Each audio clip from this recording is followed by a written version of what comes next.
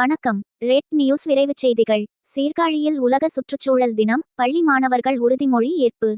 June 5, Mayiladuthurai மாவட்டம் சீர்காழி சபாநாயக முதலியார் இந்து மேல்நிலைப் பள்ளியில் உலக சுற்றுச்சூழல் தினத்தை முன்னிட்டு பள்ளியின் தேசிய பசுமை படை மற்றும் சுற்றுச்சூழல் மன்றம் ஆகிய அமைப்புகளின் சார்பில் உலக சுற்றுச்சூழல் தினம் கொண்டாடப்பட்டது.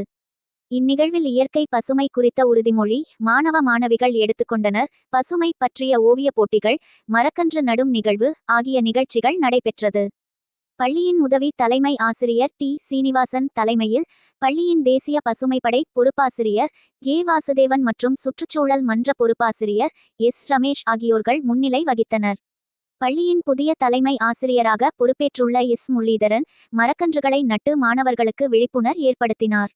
இந்நிகழ்வில் மூத்த முதுகலை ஆசிரியர் வி. முருகபாண்டியன், பட்டதாரி ஆசிரியர் பி. விஜய் ஐயப்பன் உள்ளிட்ட பல்வேறு துறைகளைச் சார்ந்த ஆசிரியர்கள், மாணவர்கள் கலந்து கொண்டனர். ரெட் நியூஸ் செய்திகளுக்காக செய்தியாளர் ஜி. கே. ராஜீவ்.